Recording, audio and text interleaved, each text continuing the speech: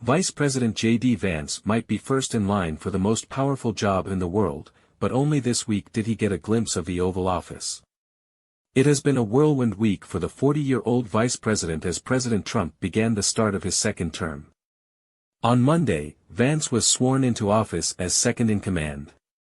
On Tuesday, he was virtually speechless as he walked into the famous office of the Commander-in-Chief for the very first time. The moment he entered the iconic room full of history was all captured on camera. Speaker Mike Johnson, who met with Trump and Vance at the White House that day, posted the video of Vance walking into the Oval Office on X. As we gathered for our meeting at the White House yesterday, J.D. Vance mentioned to us that he had never before visited the Oval Office. I told him and President Trump that I had to capture the moment on video, he wrote with the video. In it, Trump could be seen making his way down the hall of the West Wing with Vance trailing behind him as staffers stepped out of the way. They were then ushered into the Oval Office by Trump's longtime aide Margot Martin. "Wow," Vance said as he walked into the room and took it all in.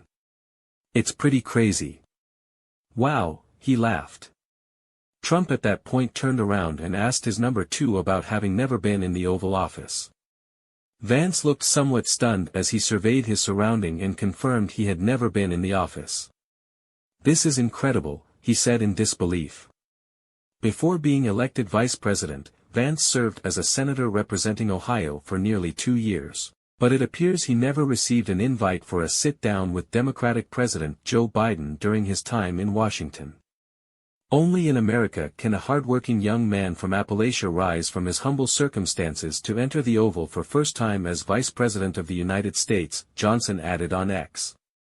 While Vance had never been in the Oval Office before, he was one of the first new administration officials to see the changes made there since the shift from Biden to Trump. The office makeover took place in just hours during inauguration activities and included a series of swaps from the rug and portraits to personal decorations and a Diet Coke button.